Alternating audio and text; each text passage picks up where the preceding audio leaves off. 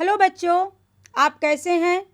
मैं संगीता मिश्रा आपकी हिंदी पाठ पुस्तक रिमझिम का चैप्टर 18 चुनौती हिमालय की द्वितीय भाग लेकर हाजिर हुई हूँ।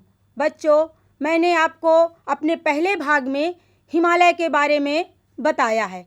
इस तस्वीर में आप हिमालय को देख सकते हैं कि हिमालय में कितनी ऊंचाई होती है और इसकी कितनी ऊंची ऊंची चोटियां होती हैं। तो मैंने आपको पहले भाग में बताया कि जवाहरलाल नेहरू हिमालय की चुनौती को स्वीकार करते हैं और हिमालय की यात्रा प्रारंभ करते हैं। और जब वह हिमालय के सफ़र के लिए निकलते हैं तो उन्हें क्या क्या परेशानियां होती हैं। तो आगे हम जानते हैं उनको क्या क्या परेशानियों का सामना करना पड़ता है।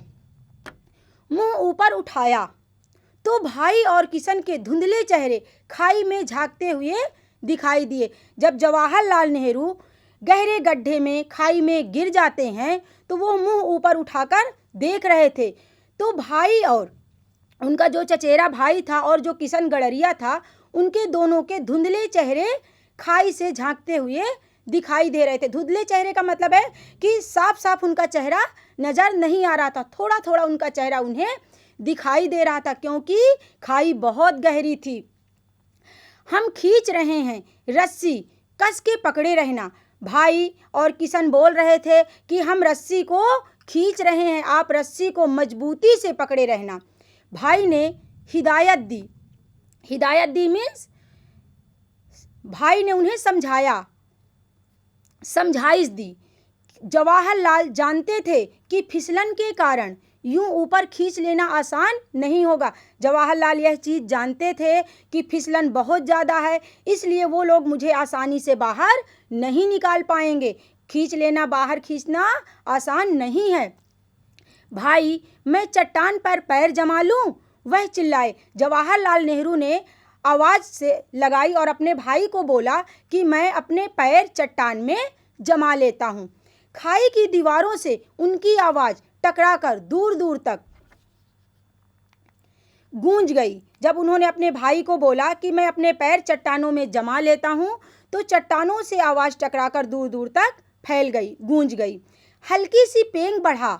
जवाहरलाल ने खाई की दीवार से उभरी चट्टान को मजबूती से पकड़ लिया। यहाँ पर पेंग का मतलब है बच्चों, जब हम झूला झूलते हैं तो ऊपर आगे और पीछे जाते हैं, तो उन्होंने रस्सी पर जोर देकर झूले की तरह झूला और आगे बढ़ के एक चट्टान को मजबूती से पकड़ लिया। जो वहाँ पर उभरी हुई चट्टानें थी उनको मजबूती से पकड़ लिया और पथरीले धरातल पर पैर जमा लिया। पैरों तले धरती के एहसास से जवाहरलाल की हिम्मत बढ़ी, मतलब उनका हौसला बढ़ा कि अब मैं थोड़ा सा सुरक्षित हूँ। घबराना मत जवाहर, भाई की आवाज़ सुनाई दी और ऊपर से उनका भाई उन्हें बार बार आवाज़ दे रहा था कि भाई तुम घबराना मत, मतलब डरना मत, मैं हूँ, मैं बिल्कुल ठीक हूँ, कहकर जवाहरलाल मजबूती से, जवाहरलाल ने क्या उत्तर दिया कि मैं बिल्कुल ठीक हूँ, कहकर जवाहरलाल मजबूती से रस्सी पकड़ एक एक कदम ऊपर की ओर बढ़ने लगे। कभी पैर फिसलता, कभी कोई हल्का फुल्का पत्थर पैरों के नीचे से सरक जाता तो वह मन ही मन कांप जाते, अर्थात डर जाते। कभी कभी पैर फिसल जाएगा, कहीं कहीं कोई पत्थर उनके पैरों से सरक जाएगा तो वो मन ही मन कांप जाते थे, अर्थात डर जाते थे और मजबूती से रस्सी पकड़ लेते। रस्सी से हथेलियां भी जैसे कटने लगी थी। आप जानते हो बच्चों कि जब हम कोई रस्सी को बहुत देर तक किसी रस्सी में झूलते रहेंगे या पकड़े रहेंगे तो क्योंकि रस्सी पतली होती है तो हमारे हाथ में थोड़ा सा कट जाता है। तो जवाहरलाल के हाथ भी कटने लगे थे, लेकिन उन्होंने उस तरफ ध्यान नहीं दिया। जवाहरलाल ने उस तरफ ध्यान नहीं दिया। कुली और किशन उन्हें बार बार ऊपर चढ़ने में मदद कर रहे थे, अर्थात उनकी सहायता कर रहे थे। धीरे धीरे सरक कर किसी तरह जवाहरलाल ऊपर पहुंचे। मुड़कर ऊपर से नीचे देखा कि खाई इतनी गहरी थी कि कोई गिर जाए तो उसका पता भी ना चले। जब जवाहरलाल सुरक्षित ऊपर आ गए तो उन्होंने ऊपर से नीचे झांक कर देखा कि खाई कितनी गहरी थी कि यदि कोई गिर जाए तो उसका पता भी ना चले।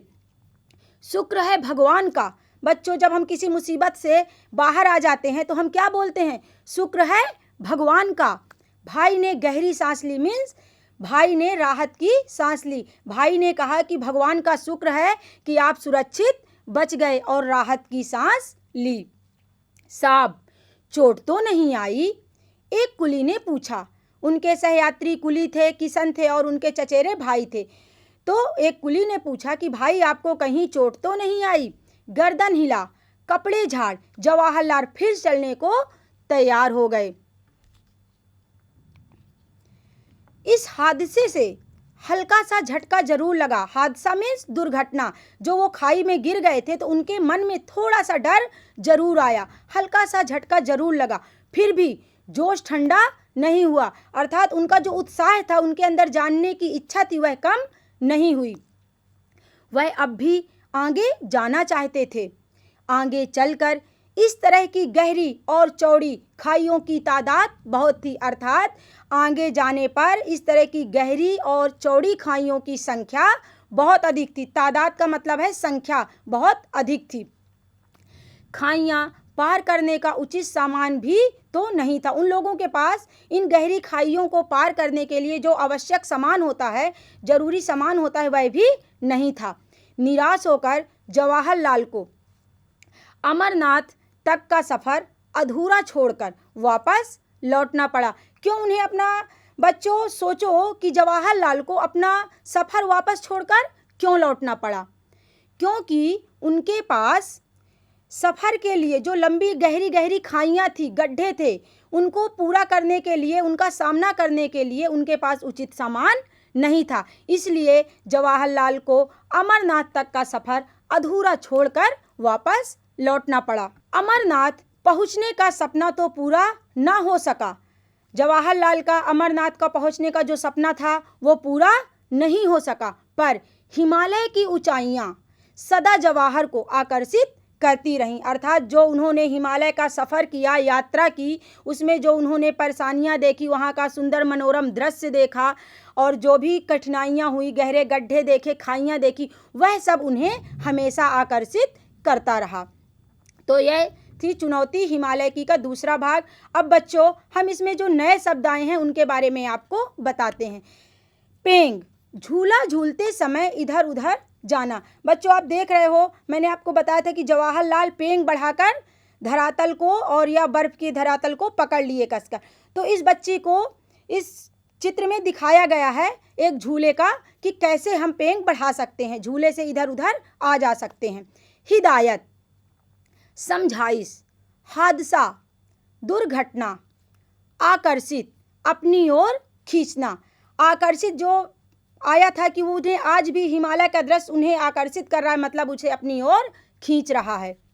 जवाहरलाल को अमरनाथ तक की सफ़र अधूरा क्यों छोड़ना पड़ा? बच्चों, मैंने आपको पहले ही बताया है कि अमरनाथ की यात्रा करने में बहुत चौड़ी चौड़ी और गहरी गहरी खाइयाँ थी, गड्ढे थे, वहाँ बर्फ़ पड़ रही थी और उनके पास उचित सामान नहीं था जिससे वह सफ़र सरलतापूर्वक कर सके। इसीलिए जवाहरलाल को अमरनाथ तक की यात्रा का सफ़र अधूरा छोड़ना पड़ा।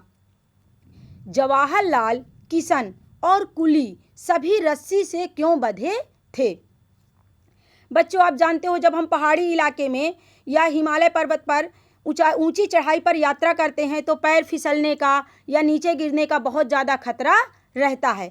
तो इसी कारण जवाहरलाल, किशन और कुली सभी रस्सी से बंधे थे, क्योंकि यदि किसी का पैर फिसल जाए या कोई दुर्घटना हो जाए तो रस्सी के सहारे लटक कर वो अपनी जान बचा सकें, या उसके साथ जो उसके सहयात्री हैं तो रस्सी को खींचकर उनकी जान बचा सकें। तो जवाहरलाल, किशन और कुली सभी रस्सी से इसीलिए बंधे थे कि यदि कोई दुर्घटना हो जाए तो उनकी जान बचाई जा सके। पाठ में नेहरू जी ने हिमालय से चुनौती महसूस की। कुछ लोग पर्वतारोहण क्यों करना चाहते हैं? बच्चों, आप जानते हो कि जब हिमालय में जवाहरलाल नेहरू ने उनका सफ़र स्टार्ट किया, यात्रा प्रारंभ की, तो उन्हें कितनी मुसीबतों का सामना करना पड़ा, लेकिन उन्होंने उस चुनौती को आखिरी समय तक स्वीकार किया। कुछ लोग पर्वतारोहण क्यों करना चाहते हैं? पर्वतारोहण एक दिलचस्प व रोमांचक कार्य है। पर्वतारोहण एक दिलचस्प व रोमांचक कार्य है जिसे कुछ लोग बहुत ही उत्साह के साथ करना चाहते हैं। उत्साह अर्थात खुशी के साथ करना चाहते हैं। वे लोग अपनी ज़िंदगी में कुछ नया करके अपना नाम रोशन करना चाहते हैं। कुछ लोगों की इच्छा होती है कि हम कुछ ऐसा कार्य करें, हम कुछ ऐसा करें जिससे हमारा नाम रोशन हो या लोग हमें पहचानें। तथा कुछ लोगों के लिए यह जीविका का साधन भी हो सकता है। तो पर्वतारोहण लोग क्यों करते हैं? क्योंकि कुछ लोगों को इसमें खुशी मिलती है, कुछ लोगों के यह जीविका का साधन होता है, और कुछ लोग जिंदगी में कुछ नया करना चाहते हैं क्योंकि उनका नाम रोशन हो और लोग उनका नाम जाने। तो इस कारण कुछ लोग पर्वतारोहण करते हैं। ऐसे कौन से चुनौती भरे काम हैं जो तुम करना पसंद करोगे? बच्चों, हम सभी के जीवन में कुछ न कुछ चुनौती भरे कार्य आते हैं, अर्थात मुसीबत या मुश्किल कठिनाई भरे कार्य आते हैं। तो हर बच्चे के जीवन में, छोटा हो या बड़ा हो, सबकी लाइफ में, सबके जीवन में कुछ न कुछ चुनौती भरे काम आते हैं। तो बच्चों, आपके जीवन में क्या ऐसे चुनौती भरे काम हैं, आप हमें बताएं। कौन से ऐसे चुनौती भरे काम हैं जो आप करना पसंद करोगे? नदी में तैराकी सीखना। नदी में तैराकी सीखना, तैरना सीखना एक बहुत ही मुश्किल और मुसीबत का काम होता है। क्यों? क्योंकि यदि हम तैरना अच्छे से नहीं सीख पाए तो हमारी जान भी जा सकती है। तो नदी में तैराकी सीखना एक मुसीबत या चुनौती भरा कार्य होता है। लंबी दौड़ की प्रतियोगिता में भाग लेना, घुड़सवारी सीखना, हर प्रतियोगिता में अव्वल आना। हर बच्चे की यह इच्छा होती है कि हम जिस प्रतियोगिता में भाग लें उसमें हम जीतें। ये सारे काम चुनौती भरे होते हैं। हम क्या उगाते हैं? बच्चों, हमने चुनौती हिमालय की पढ़ा। उस चुनौती हिमालय की में एक छोटी सी कविता है, हम क्या उगाते हैं। तो बच्चों, इस कविता के माध्यम से हम आपको बताएंगे कि पेड़ हमारे लिए कितने महत्वपूर्ण हैं। वैसे तो आप सभी पेड़ के बारे में जानते हो। पेड़ों से हमें फल, फूल, औषधियाँ, जलायु लकड़ी, इमारती लकड़ी, विभिन्न प्रकार की लकड़ियाँ मिलती हैं, फल मिलते हैं, औषधियाँ मिलती हैं, और सबसे मेन चीज़ प्राणवायु ऑक्सीजन, जिसके बिना मनुष्य जीवित ही नहीं रह सकता, यह हमें कहाँ से मिलती है? पेड़ों से मिलती है। तो हम इस कविता को पढ़कर हम जानेंगे कि हम क्या उगाते हैं, अर्थात यदि हम एक पेड़ लगाते हैं तो उस पेड़ से हमें क्या क्या मिलता है। उस पेड़ को ही हम नहीं उगाते हैं, यदि हम एक पेड़ उगाते हैं तो उस पेड़ के साथ हम क्या क्या उगाते हैं, इस कविता को पढ़कर हम जानेंगे। तो आइए हम कविता पढ़ते हैं। हम क्या उगाते हैं? हम क्या उगाते हैं जब पेड़ लगाते हैं? हम क्या उगाते हैं जब पेड़ लगाते हैं? हम पानी का जहाज उगाते हैं जो समुद्र पार करेगा। हम मस्तूल उगाते हैं जिस पर पाल बंधेगी। यहाँ पर बच्चों बताया गया है कि जब हम एक पेड़ उगाते हैं तो हम पानी का जहाज उगाते हैं, अर्थात पेड़ों को काट कर एक जहाज भी बनाया जाता है जो समुद्र पार करता है। हम मस्तूल उगाते हैं जिस पर पाल बंधेगी। मस्तूल क्या है बच्चों? पाल को बांधने का एक लट्ठा होता है, और पाल क्या होता है? कपड़े का होता है, जिसको मस्तूल के सहारे बांधा जाता है, जिसमें हवा भरकर नाव चलती है। बच्चों, इस चित्र में दिखाया गया है, आप देख सकते हैं, जो उसके चारों तरफ कपड़े बंधे दिखाई दे रहे हैं वो पाल है, और जो लट्ठे दिख रहे हैं लंबे लंबे वो मस्तूल है। तो जब हम एक पेड़ उगाते हैं तो उसके साथ हम एक ऐसा जहाज भी उगाते हैं जो समुद्र पार करता है, जिस पर कपड़े बांधकर उसको मस्तूल के सहारे खड़ा कर कर उसमें हवा भर दी जाती है और वह पानी पर चलता है। हम वे फट्टे उगाते हैं जो हवा के थपेड़ों का सामना करेंगे। हम वे फट्टे उगाते हैं जो हवा के थपेड़ों का सामना करेंगे। जहाज का तला, सहतीर, कोहनी, हम पानी का जहाज उगाते हैं। जब पेड़ उगाते हैं, हम क्या उगाते हैं? जब पेड़ लगाते हैं हम बल्लियाँ, पटिए और फर्श उगाते हैं। हम वे फट्टे उगाते हैं जो हवा के थपेड़ों का सामना करें। बच्चों, यहाँ पर आपको एक मोटी सी लकड़ी दिखाई दे रही है, तो इनको हम क्या करते हैं, इनको लट्ठा बोलते हैं। तो इनको हम पतला पतला काट कर इनके फट्टे बनाते हैं, मतलब पतले पतले दरवाजे नुमा बनाते हैं। तो जब जहाज़ में हम यात्रा करते हैं तो जो हवा चलती है, जैसे घर में दरवाज़ा होता है, तो जब हवा चलती है तो हम दरवाजे को बंद कर देते हैं जिससे हवा अंदर ना आ पाए। तो उसी प्रकार हम इससे एक फट्टे बनाते हैं जो हवा के थपेड़ों का सामना कर सके, अर्थात हवा को अंदर जाने से रोक सके। जहाज़ का तला अर्थात जहाज़ के नीचे का भाग, सहतीर और कोहनी भी हम उगाते हैं। किससे? एक पेड़ से हम पानी का जहाज़ उगाते हैं। अर्थात पानी के जहाज़ में जो लकड़ी, जो सामान प्रयोग में किया जाता है, उपयोग किया जाता है, वो सब हम कहाँ से उगाते हैं? पेड़ों से। जब पेड़ उगाते हैं हम क्या उगाते हैं? जब पेड़ लगाते हैं हम बल्लियाँ अर्थात लकड़ियाँ, पटिए और फर्श उगाते हैं। बच्चों, यहाँ पर पटिए और फर्श उगाते हैं इसलिए बोला गया है कि ठंडे प्रदेशों में या नॉर्मल भी आजकल फैशन के लिए लोग लकड़ियों का फर्श, टाइल्स का, सीमेंट का फर्श ना कराकर शहरों में या ठंडे क्षेत्रों में अधिकतर लोग लकड़ियों का फर्श बनवाते हैं। तो हम बल्लियाँ अर्थात लंबी लंबी लकड़ियाँ, पटिए और फर्श उगाते हैं। हम खिड़की, रोशनदान और दरवाजे उगाते हैं। हम क्या? बच्चों, आप जानते हो घर में इस चित्र में दिखाया गया है लकड़ी का ही पूरा घर बना हुआ है। तो घर में आप खिड़की जानते हो, विंडो, रोशनदान जो खिड़की के ऊपर बना होता है जिससे थोड़ा थोड़ा रोशनी घर में आ सके, और दरवाजे तो आप सभी जानते हो, आपके सबके घर में दरवाजे लगे होते हैं। तो ये सब किससे बनते हैं? लकड़ी से। और लकड़ी कहाँ से मिलती है बच्चों? लकड़ी पेड़ से मिलती है। तो जब हम एक पेड़ उगाते हैं तो हम खिड़की, रोशनदान और दरवाजे भी उगाते हैं। हम छत के लट्ठे, सहतीर और उसके तमाम हिस्से उगाते हैं। बच्चों, इस घर चित्र में दिखाया गया है कि इसका जो छत है वो किससे बना हुआ है? लकड़ी से। तो जो ठंडे प्रदेशों में घर बनाए जाते हैं उसमें पूरे घर में लकड़ी का ही प्रयोग किया जाता है। तो जो लकड़ी का जो घर का छत है, उस तो सहतीर है, वो सब किससे बने हैं? लकड़ी से। तो हम एक छत के लट्ठे, सहतीर और उसके तमाम हिस्से किससे बनते हैं?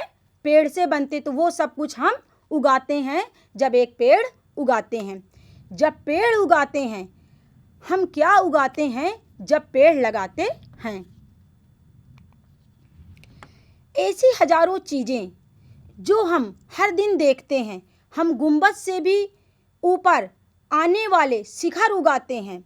हम अपने देश का झंडा फहराने वाला स्तंभ उगाते हैं। सूरज की गर्मी से छाया मानो मुफ्त ही।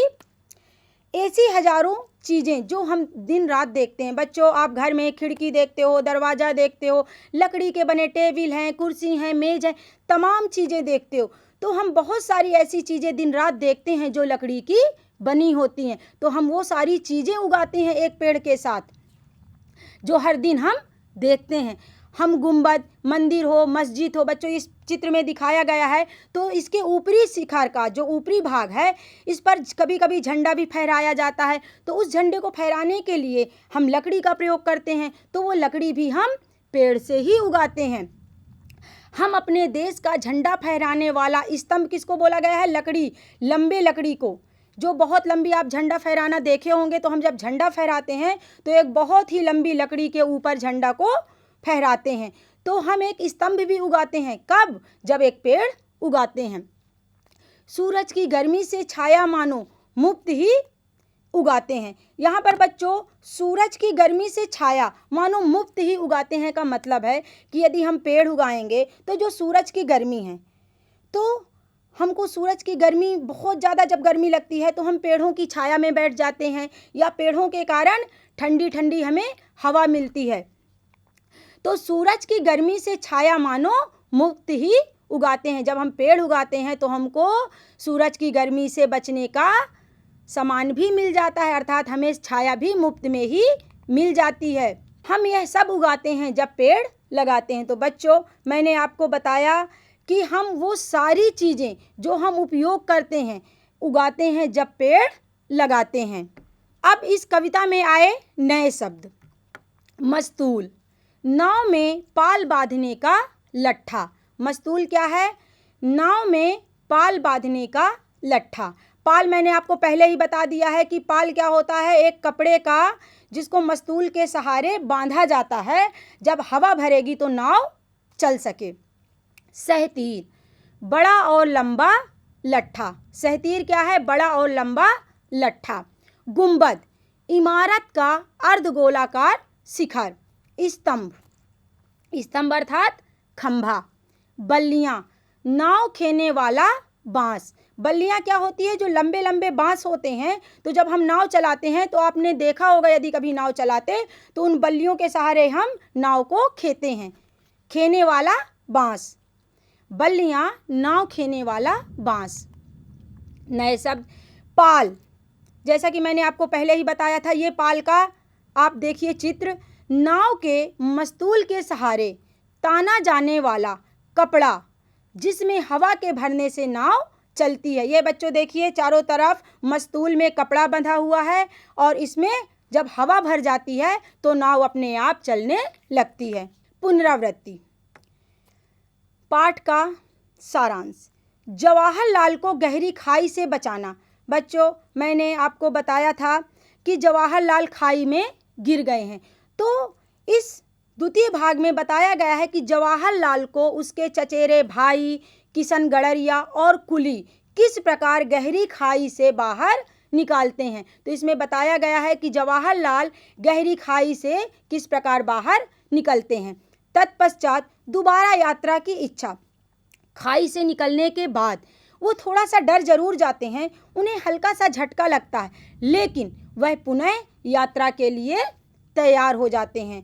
तो इस भाग में बताया गया है कि जवाहरलाल नेहरू खाई में किस प्रकार गिरे और फिर उनके सहयात्रियों ने उन्हें किस प्रकार खाई से बाहर निकाला, और खाई से निकलने के बाद उनको थोड़ा सा झटका लगा, थोड़ा सा वो डरे, लेकिन दोबारा वह यात्रा की इच्छा, अर्थात वो दोबारा यात्रा के लिए तैयार हो गए।